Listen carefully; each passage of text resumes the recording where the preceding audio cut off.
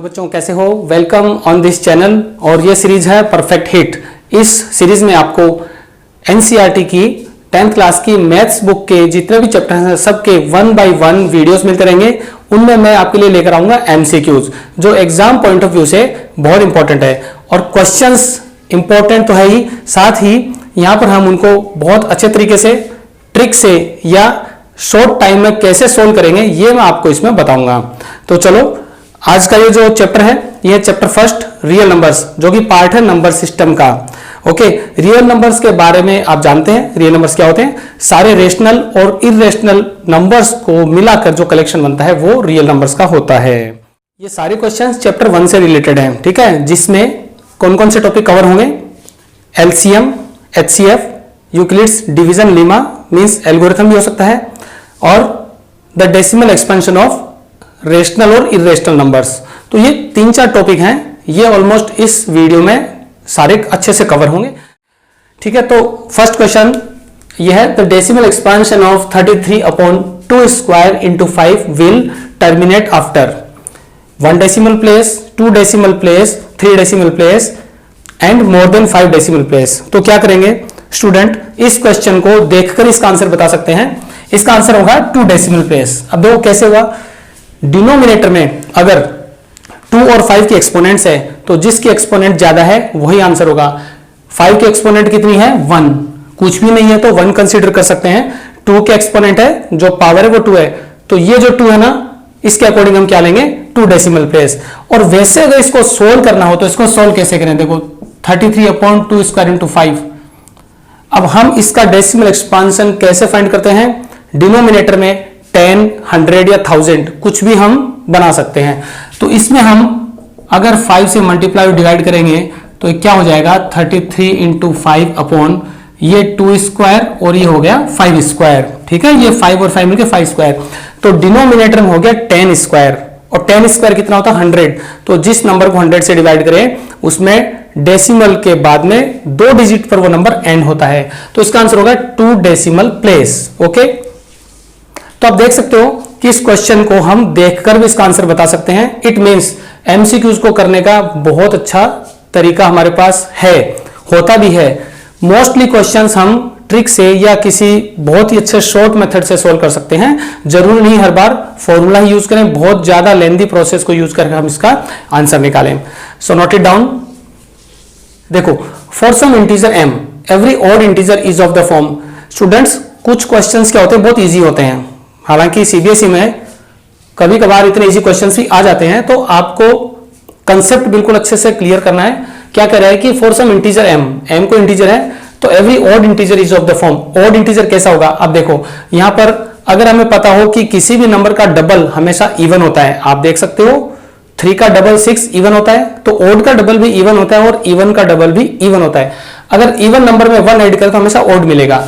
तो ऑप्शन कौन सा होगा? D is the correct option. इनमें से कोई भी नहीं होगा, ठीक है। नेक्स्ट क्वेश्चन देखो, if 2 positive integers a and b are written as a equals p cube q square and b equals p q cube where p and q are prime numbers, then HCF of a and b। HCF means highest common factor. अब मैं यहां पर एक बात बता दूं, जब भी हमें वेरिएबल्स के एक्सपोनेंट्स मिलते हैं, मतलब यहां पर p q है, ठीक है, x y भी हो सकता है, तो HCF में क्या करते हैं? मिनिमम जो पावर होती है मींस ये होता है हाईएस्ट कॉमन फैक्टर। तो हाईएस्ट कॉमन फैक्टर, तो यहां पर एक्सपोनेंट में क्या लगे? जो हाईएस्ट कॉमन है। तो हाईएस्ट कॉमन क्या होती है? जो कम होती है, जो छोटी पावर होती है। तो देखो p में पावर 3 है और p में यहां पावर 1 है, तो p तो हो गया 1, ये सेलेक्ट करेंगे। q की पावर 2 है और q की पावर 3 है, कॉमन क्या निकलेगा? पावर 2, तो क्या हो जाएगा? p q square. कौन सा आंसर करेक्ट होगा? B option is the correct answer. Okay students, next question, the product of non zero rational number and an irrational number is. Product means multiply करना है। क्या है? एक तो नॉन जीरो रेशनल है, मतलब जीरो नहीं होगा, तो कोई भी रेशनल और एक कोई भी इरेशनल। तो माइंड में क्या रखना है? ये सेट कर लो, एक रेशनल नंबर एक इरेशनल नंबर, उन दोनों का प्रोडक्ट क्या होगा? ऑलवेज रेशनल जरूरी नहीं है, ये तो कभी नहीं होगा। ऑलवेज इरेशनल ये हो सकता है, रेशनल और इरेशनल भी हो सकता है, 1 तो कभी नहीं होगा। तो देखो क्या होता है, एक एग्जांपल लेके देख लेते हैं। नॉन जीरो रेशनल, मान लो कि कोई नंबर है, सपोज नंबर है 3/4 और एक इरेशनल नंबर है √2।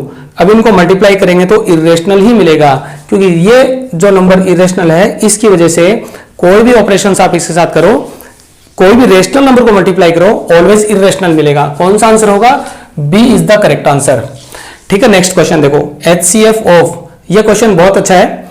HCF of 65 and 117 is of the form 65m minus 117, then the value of m। तो इसकी वैल्यू कैसे फाइंड करेंगे? यहां पर हमें यूक्लिड डिवीजन एल्गोरिथम यूज नहीं करना है। स्टूडेंट्स आप यूज कर सकते हो, कोई बात नहीं है, थोड़ा टाइम लगेगा। तो इसको बहुत जल्दी सोल्व करने के लिए क्या करना होगा, इन दोनों का HCF फाइंड कर लो। अगर प्रैक्टिस आपकी टेबल्स पे है तो HCF इनका होगा 13, हमें पता है 13 बिगेस्ट फैक्टर है इन दोनों का। ठीक है, ये 5 बार डिवाइड होगा और ये 9 बार डिवाइड होगा। तो ये 13 HCF है और ये इस फॉर्म का है, क्योंकि ये क्वेश्चन में गिवन है HCF of this and this is of the form this. तो मतलब ये क्या हो गया, 13 के इक्वल हो गया। ठीक है, तो 13 इक्वल टू क्या हो गया, 65m माइनस 117। तो 65m इक्वल टू कितना हो गया, 117 को इधर हम शिफ्ट करेंगे तो बन जाएगा 130, और m इक्वल टू क्या होगा 130 अपॉन 65। इनको कट कर दो, m इक्वल टू 2 आएगा। करेक्ट आंसर कौन सा होगा? बी ऑप्शन, बी जो है करेक्ट ऑप्शन होगा। चलो स्टूडेंट्स देखो, नेक्स्ट क्वेश्चन है HCF से रिलेटेड। ठीक है, the largest number which divides, इसका मतलब क्या हुआ? देखो एक एक स्टेटमेंट अच्छे से समझना है। अगर कोई नंबर गिवन नंबर को डिवाइड कर रहा है इट मींस वो HCF है, और अगर गिवन नंबर कुछ अदर नंबर से डिवाइड हो रहा है तो वो LCM है। मेरी बात अच्छे से सुनना, ठीक है। Largest number which divides this and this, leaving remainder 5 and 8 respectively is.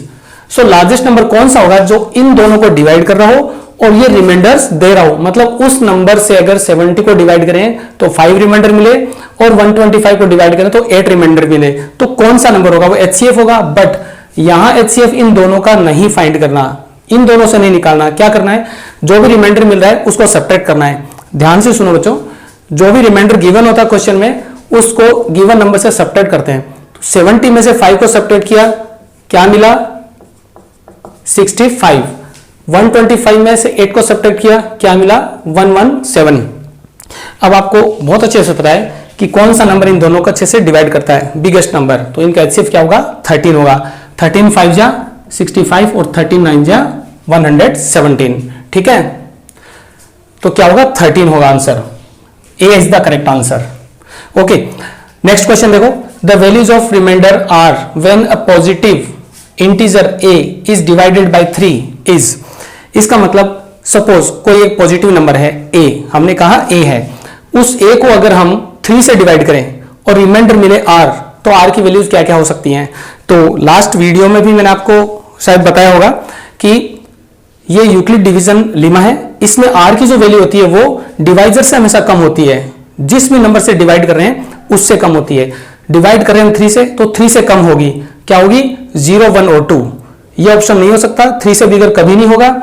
0 और 1, ठीक है, 0 और 1 सही नहीं है क्योंकि 2 भी होना चाहिए, तो ये भी करेक्ट नहीं है। तो सही कौन सा होगा? ये होगा। हमेशा याद रखो, अगर इसकी जगह 5 हो तो पॉसिबल वैल्यूज क्या होंगी? 0 1 2 3 एंड 4, उससे एक कम होगी। तो 3 से एक कम कौन सा होगा? 2।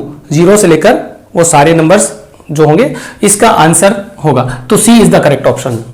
ओके स्टूडेंट्स देखो, next question, a rational number in its decimal expansion is 327.7081। ठीक है, थोड़ा सा बड़ा नंबर दिख रहा है, कोई बात नहीं। What would be the prime factors of Q when it is expressed as P upon Q। देखो ये क्वेश्चन भी रेशनल और इरेशनल से रिलेटेड है। इट मींस ये कोई रेशनल नंबर है जिसको हम इस तरह से लिख रहे हैं, तो डेसिमल के बाद में आप देखो टर्मिनेट हो रहा है। मेन पॉइंट क्या है? डेसिमल के बाद टर्मिनेट हो रहा है, और अगर इसको हम P अपॉन Q की फॉर्म में लिख रहे हैं तो Q कैसा होगा, यानी डिनोमिनेटर कैसा होगा। तो आप जानते हो, अगर कोई नंबर डेसिमल के बाद टर्मिनेट हो रहा है, कितने भी डिजिट के बाद जाके टर्मिनेट हो रहा है, कोई मैटर नहीं करता, तो उसके डिनोमिनेटर में जो प्राइम फैक्टर्स होंगे वो सिर्फ 2 और 5 ही होंगे, क्योंकि ये रेशनल नंबर्स की बेसिक प्रॉपर्टी है। डिनोमिनेटर 2 एंड 5 की एक्सपोनेंट के फॉर्म में होंगे। तो सीधा सा आंसर है, अगर हमें ये वैल्यूज याद है तो इस ऑप्शन को देख के हम टिक कर सकते हैं। तो डी जो है करेक्ट ऑप्शन होगा। बट स्टूडेंट्स एक बात यहां पे ध्यान रखनी है, अगर ये नॉन टर्मिनेटिंग और रिपीटिंग है उस केस में भी रेशनल होगा, तो वहां Q की नेचर क्या होगी? 2 और 5 के अलावा भी आपको कोई एक फैक्टर मिलेगा, ठीक है, हो सकता हो 7 हो सकता है 11 हो, 13 हो, कुछ भी हो सकता है, बट ओनली 2 एंड 5 होंगे तो उस केस में वो टर्मिनेटिंग होगा। ये पॉइंट यहां पे आपको अच्छे से ध्यान रखना है। तो क्या होगा, डी करेक्ट ऑप्शन होगा। Students, next question is 987 upon 10,500 will have. देखो ऑप्शंस क्या हैं, ऑप्शन को देखते ही पता चल जाएगा कि ये भी रेशनल और इरेशनल से रिलेटेड है। First option terminating decimal expansion, यानी इसका जो आंसर है अगर इसको सोल्व करें तो ये टर्मिनेटिंग डेसिमल होगा। Second, non terminating non repeating होगा, तो ये वाला केस तो क्या होता है, इरेशनल का होता है। तो देखो यहां पर ये ऑप्शन तो नहीं होने वाला, क्योंकि ये p अपॉन क्यू की फॉर्म में है, दोनों इंटीजर है, ये जीरो नहीं है, तो इरेशनल तो नहीं होगा, ये केस इरेशनल का होता है। अच्छा, नेक्स्ट ऑप्शन है नॉन टर्मिनेटिंग रिपीटिंग। तो अब इन दोनों में से कौन सा सिलेक्ट करें, ए और सी में से? तो हम क्या करते हैं, इसको थोड़ा सा सिंप्लीफाई करते हैं। अगर डिनोमिनेटर को आप 2 और 5 की एक्सपोनेंट में कन्वर्ट कर सकते हो, 2 और 5 के एक्सपोनेंट में, तो ये टर्मिनेटिंग होगा। तो हम क्या करेंगे, इस नंबर को 987, अब ढंग से देखो मैं क्या कर रहा हूं, यहां पे डबल जीरो है मतलब 100 होगा, और 100 को मैं क्या कर दूं, 100 को मैं लिख सकता हूं 2 स्क्वायर इंटू 5 स्क्वायर, ठीक है, इजी है। 105 को मैं क्या लिखूंगा, 21 इंटू 5, 105। अब ये 21 से डिवाइड हो रहा है, ये तो आएगा 4 और ये आएगा 7, 47। तो अल्टीमेटली 47 अपॉन समथिंग कुछ ऐसा आएगा। डिनोमिनेटर में आप देख सकते हो सब कुछ 5 और 2 की एक्सपोनेंट में है, कोई फर्क नहीं पड़ता 2, 3, 4 क्या है, यहां पर सिर्फ 5 और 2 ही है, इसके अलावा कोई भी फैक्टर नहीं है। तो ऐसा रेशनल नंबर जो होता है वो टर्मिनेटिंग डेसिमल एक्सपेंशन होता है। Option A is the correct answer. तो स्टूडेंट्स, ये क्वेश्चन बहुत इंपॉर्टेंट है। इसमें एक चीज और है कि एक और नंबर होता है जो रेशनल होता है, उसमें क्या होता है, 2 और 5 के अलावा एक और फैक्टर होता है, कोई भी प्राइम नंबर हो सकता है, 7, 11, 13। तो उस केस में वो नॉन टर्मिनेटिंग रिपीटिंग होता है। मेरी बात आप ढंग से सुनो, ओनली 2 एंड 5 अगर इतना ही है डिनोमिनेटर में तो वो होगा टर्मिनेटिंग, इसके अलावा और कोई प्राइम फैक्टर है तो वो होगा नॉन टर्मिनेटिंग रिपीटिंग। यहां पर ऐसा कुछ भी नहीं है, तो option terminating decimal expansion A is the correct option.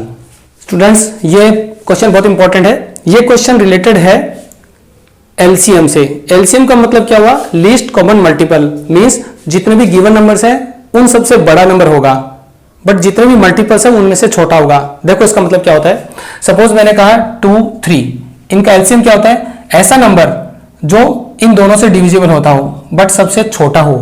Means ऐसे और भी नंबर होंगे, ये सारे नंबर इन दोनों से डिविजिबल है बट इनमें सबसे स्मॉलर कौन है, 6, तो ये एलसीएम होता है। अब देखो ये क्वेश्चन जो है वो कह रहा है the list number which is divisible by all the numbers from 1 to 10 is. तो ये क्वेश्चन इंपॉर्टेंट क्यों बनता है, क्योंकि इसमें 1 से 10 तक का पूछा है।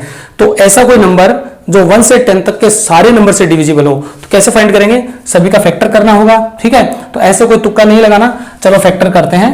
तो यहां पर हम सारे नंबर्स के फैक्टर लिखेंगे। देखो स्टार्ट करते हैं 1 से, ठीक है। अब आपको ढंग से देखना है, 1 को मैं लिख सकता हूं 1 into 2, सॉरी 1 को हम लिखेंगे 1 और 2 को लिखेंगे 1 into 2, 3 के लिए 1 into 3। 3 को मैंने अलग क्यों लिखा है, इसलिए कि बाकी नंबर्स में भी फैक्टर्स आएंगे जिनमें 2 और 3 कॉमन होंगे, तो हम 2 के नीचे 2 चलेंगे कॉलम बना के, 3 के नीचे 3, 5 के नीचे 5, इस तरह से, जिससे कॉमन फैक्टर सेलेक्ट करना इजी होगा। 4 क्या होता है, 1 into 2, फिर एक दूसरा 2 हम अलग ले लेते हैं क्योंकि इसमें तो कोई स्पेस नहीं है, ठीक है। तो ये 2 किसी और के साथ पेयर बनाएगा। 5 का क्या होगा, 1 into 5, यहां हम 5 ले लेते हैं। देन 6 का होता है 1 into 2 into 3, चलेगा। 7 क्या होता है 1 into 7, चलो 7 तो बहुत दूर है। 8 1 into 2 into 2 और एक और 2 हमने अलग ले लिया क्योंकि 8 का मतलब 2 into 2 into 2 होता है। तो देखो पहला 2 हमें मिला इस कॉलम में, सेकंड वाला 2 हम इसके नीचे सेट कर देंगे और थर्ड 2 अभी तक नहीं है तो इसको हम अलग कॉलम में सेट करेंगे।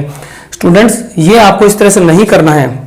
जब भी एग्जाम में आए आपको मेथड यही से लेना है, बट मैं आपको समझाने के लिए इस मेथड को यूज कर रहा हूं ताकि मैं नंबर्स को अलग अलग कर सकूं और कॉलम्स में सेलेक्ट कर सकूं। 9 को क्या लिखेंगे, 1 into 3 into 3, तो देखो एक 3 तो हमारा ये रहा और दूसरा 3 नहीं है तो हम दूसरा 3 यहां ले लेते हैं। और फाइनली 10 का मतलब क्या होगा, 1 into 2 into 5, तो 5 हमारा ये रहा।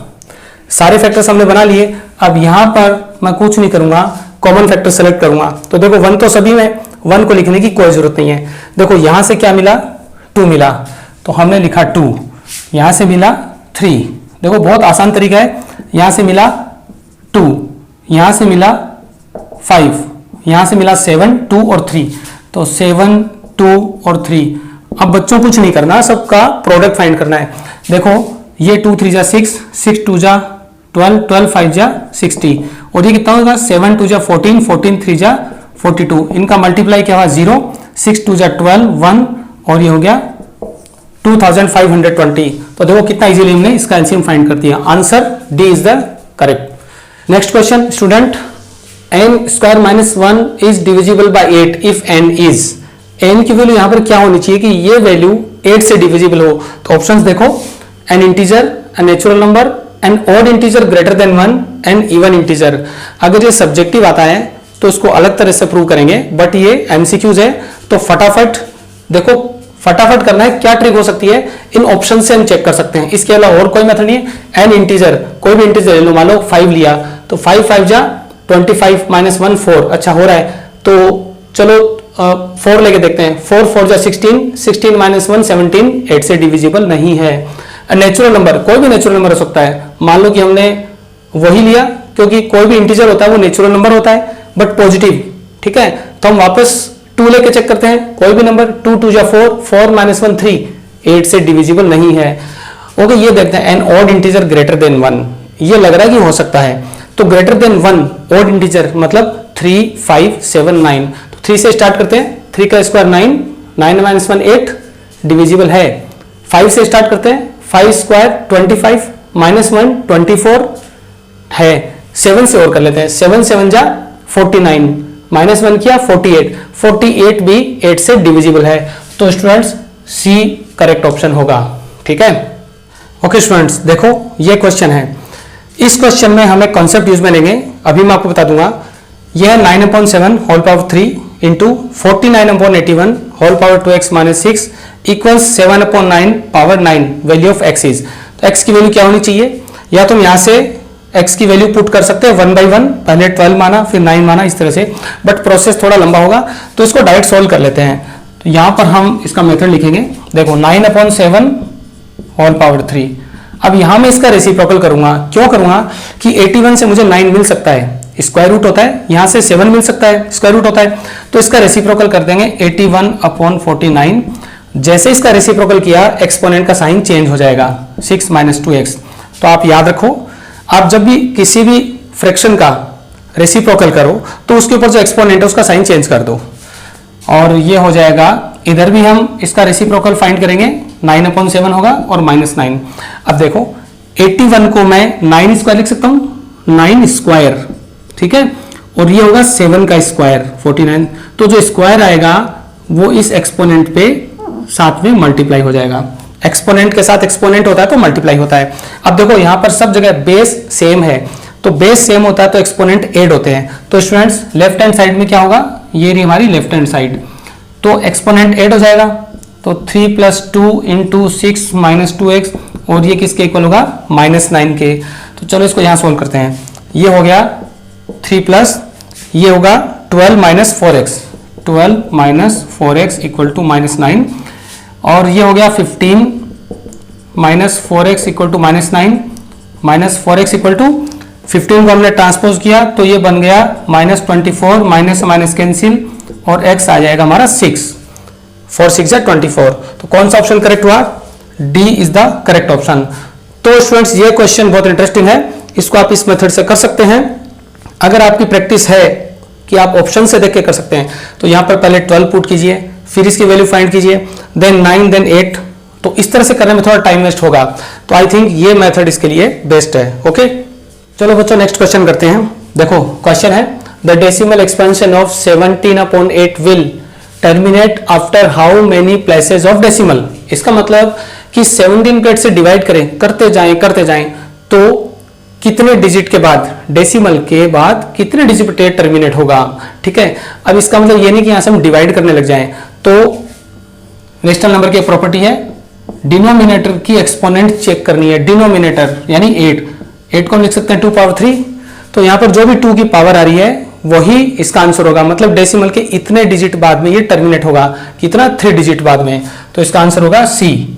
अब हम इसको चेक कैसे करें, देखो अगर हम इसको 5 पावर 3 से मल्टीप्लाई डिवाइड कर दें तो ऊपर कोई नंबर आएगा 17 इंटू 5 पावर 3, ये कितना हो गया 2 5 या 10, 10 पावर 3, 10 पावर 3 कितना होता है 1000, मतलब जो भी इसका मल्टीप्लाई करने पे आएगा उसमें 3 डिजिट के बाद में डेसिमल लगाएंगे तो 3 डिजिट के बाद टर्मिनेट होगा, बट इतना कुछ करने की हमें जरूरत नहीं है, तो हम सिर्फ यहां से देख सकते हैं जो भी 2 की एक्सपोनेंट दिख रही है वही आंसर होगा after 3 places of decimal. So students, C is the correct answer. Next question है, give a number. The decimal expansion of 441 upon 2 square 5 cube 7 is.